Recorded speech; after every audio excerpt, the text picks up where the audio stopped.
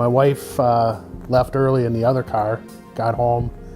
I kind of straggled along and just decided to leave a little later, and I don't know, just traveling, you know, was up by, I don't know, Blaine there, coming off of Lexington.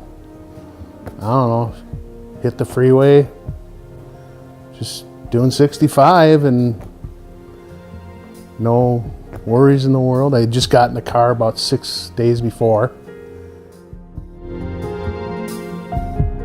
We were up at the lake, different lake, but we were at a lake visiting friends that day, and we were headed from there, from Pine City, down to the airport to pick a friend up. So yeah, we were cruising down 35, having a good time, chatting, and all of a sudden I just happened to notice in my rearview mirror that there was a car behind me that there were just flames, and they were just rolling from the wind, just rolling underneath the car. And I saw smoke, and then all of a sudden my dashboard kind of lit up, you know, just red and green and all that kind of stuff, and then pretty much the power and everything went off. Speedometer went to 0, from 65 to 0. Just totally lost power and just kind of dragged it onto the side of the road. And then all of a sudden the car instantly filled up with smoke. He noticed my car on fire. He says, there's a car on fire behind us. And I looked a few cars back, and my first thought was, well, maybe it's the exhaust pipe creating sparks on the road, and I looked and it was real fire. So Bob told me to roll down the window and start flagging him down because he didn't think mine knew the car was on fire. And at the same time I pulled my phone out and getting ready to call 911, and it just happened really fast. So we pulled over in front of him, and I got out of the car. And that's when I probably went into what I've called my first sergeant voice, went into kind of action or command mode, whatever you want to call it, and it was very bossy. My job was to get help there. And I trust Bob and his skills and his judgment that I knew he would be safe and he would do what he could do to help.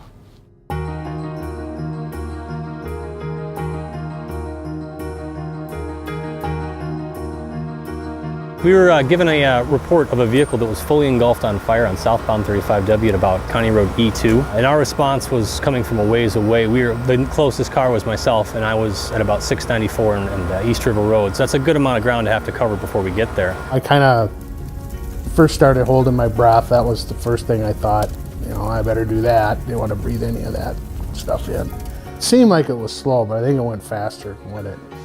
So I just kind of jumped over onto the passenger side and gave it a couple kicks to the glass. And I think that's what Bob had saw that. And then I kind of got up on my knees and I thought, well, I ain't gonna get out of here. And I thought I had a flashlight in the back, one of these big flashlights. You know, I was in shock. I go, I just got this thing. I was kind of thinking that way too. No, this isn't happening. And I go, this is not how I want to go. I don't think this is how anyone wants to go. Thinking that is burn. That's at least, if I want to go, that's not one way I want to go, is burn to death. I jumped out of the car, and as I'm looking back, I realized that the driver hasn't gotten out of the car yet. The driver I couldn't see him. So I started running towards the car, and as I got closer, then I could see that the driver's side, the flames were up or above the glass. So I went to the left side, the passenger side of the vehicle, and you know, it was smoky. On the outside, the interior of the car was just completely filled with smoke. You couldn't see that there was anyone in the car. The only reason I knew that there was somebody there was that as I got closer, I could see the bottom of Mike's shoes hitting the glass as he was trying to kick the window out on that side of the car. That part of the door frame, that's the weakest part of the door.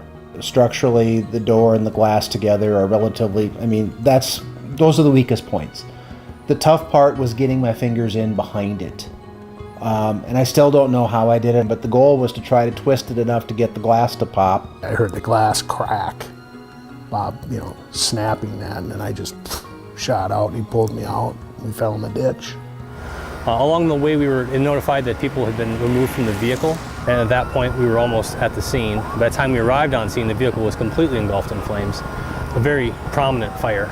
any car that can come, an available car in that situation is going to go in the event that someone's trapped inside. So as the primary officer, my first responsibility is to assess the scene. I saw Mr. Renning and the gentleman who was inside the vehicle, and they were both there, and immediately we confirmed right away that there was no one else inside the vehicle. And at that point, then we could kind of move to now scene safety and trying to take care of the fire itself. They said that it was 4 minutes Yeah. from when you called that it was fully engulfed. And I was already out of it, so you had to think how fast this went. It wasn't like, it was seconds.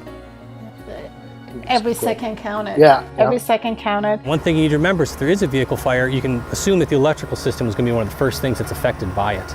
So it's always important in this situation to make sure you're remaining calm. But it's very common, especially with fire. The people instantly get kind of a panic and they just forget that I hit the unlock button on the door. Remember, you can always just manually unlock the door. But again, it takes that moment. You have to have that calm and prep yourself. So if you're getting ready to pull over, have that in the back of your mind. Always have a plan inside the vehicle. How can you exit the vehicle safely? Some people have window punches. They talk about that. Or seatbelt cutters. These are all great tools to have in a vehicle. Just make sure that if you come into a panic situation that you'll have access to these tools.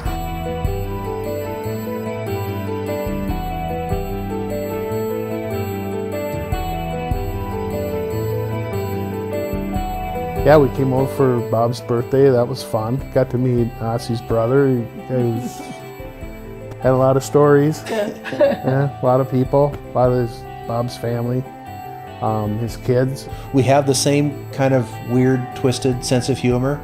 So we laugh at some of the same things or make some very similar jokes. So yeah, he's fun to hang out with, at least so far. I mean, that may change, I don't know, but so far he's kind of entertaining. Somehow he had superhuman strength. God put him there. He had no scratches or no blisters, nothing on his hands.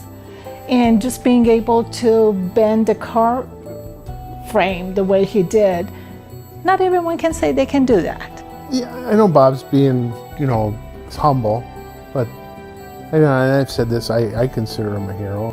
When I look at it, being on the inside, I felt it was a time bomb. I was sitting on a time bomb. So you got to look at it from my perspective too, as somebody who came up and did that, and like any second that could have blew. I mean, so if that isn't bravery and heroic, I don't know what is,